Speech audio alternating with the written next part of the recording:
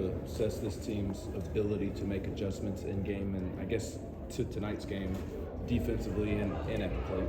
Yeah, I think it's strong. I think it comes from leadership combined with determination.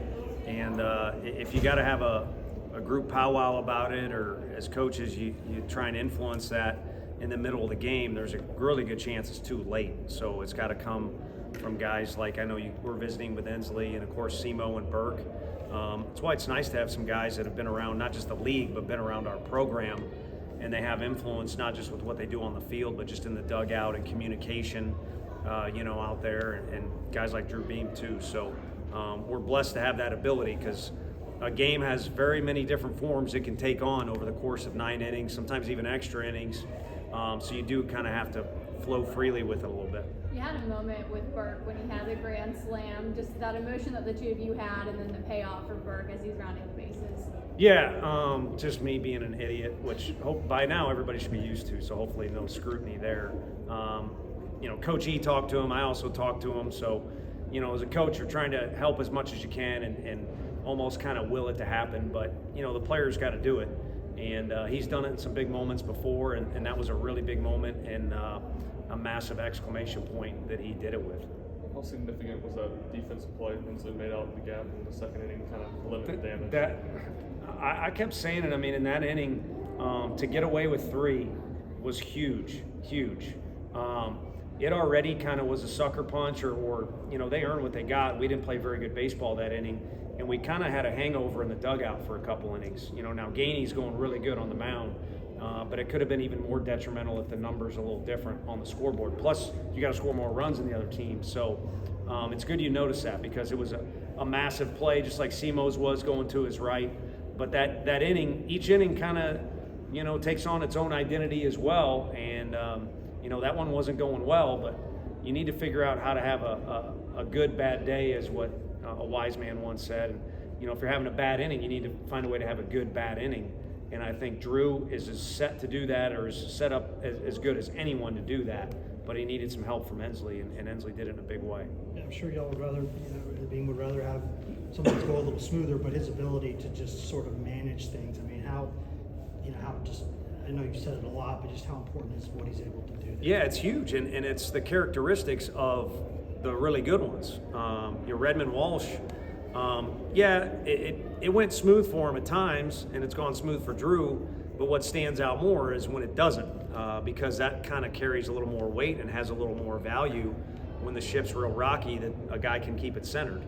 And he's done that time and time again, and wins and losses for us. And this is a complete weekend that we're trying to play, and I know things will change a little bit after tomorrow, but for the most part, you're trying to play a complete game and at times a complete weekend or tournament, and it's important to have a guy like that, regardless of what the results are.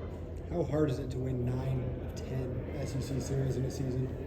Not as hard as it is to win when you make 4 errors and the other team doesn't make any. I can tell you that. So regardless of how you do it, you want to win each series. You want to get to 2 wins before the other team does, and you'll take it any way you can. And early in the year, it kind of seemed like there was pretty consistent themes to our games, and then about halfway through SEC play, it got real erratic, at least the way we talk as coaches up there, where the games have been different and we found different ways to win. And that's very important to have that Rolodex be as lengthy or as thick as possible, for different ways that you can win. Maybe lost in the shuffle tonight is Combs. How important were those 2 innings, there at the end? Yeah, huge, because every inning affects tomorrow too, and our most important game of the season is tomorrow. And because he was efficient, we'll talk about it, but he probably makes himself available, but also kind of holds and saves the rest of the bullpen, and kind of keeps things, where they need to be in that game. And certainly anytime you can finish off the game, it's huge as well. So he did a great job of playing catch, but honestly, we kind of pumped up Beam, and you brought up Combs. The best or favorite inning of the coaching staff just a second ago in the locker room was Banky's, because it was a swing part of the game, and for him to throw the way he did was huge. And we didn't play our best game defensively tonight, but Ensley makes that play, and Simo made a tremendous play behind Banky. And when you throw strikes and you work ahead, the defense seems to play a little bit better. What gave you all the confidence to go to Binky in such a big moment there? He was the guy. I mean, he was the guy, kind of scripted ahead of time, going into the weekend, going into today, and then in the middle of the game too. To be frank with you, we were going, no pun intended with the pitching fella, but we were going one hitter at a time, and he was throwing the ball really well. I mean, his misses were really good on top of the fact, he got 3 outs the way that he did. So he's our guy in certain situations, and there's kind of a pecking order, and I just vented some frustration with a couple guys I really hope get in the game tomorrow. But there has been a little bit of a pecking order and some roles established, so we'll kind of roll with it as we see fit. What did you see from their starter that he was doing so well, and how much did Simo's homer kind of allow everybody to relax in the dugout? I think, you want a 1 on the board over a 0 to know that you can do it, but overall. But I think with this group, they know they can do it. And again, he was throwing the ball really well. I think we let the poor play in the second inning carry over a little bit, so it contributed a little bit. But we knew how good that guy was based off video. We had talked about it before the weekend rolled around, and we were kind of wondering when we were going to see him.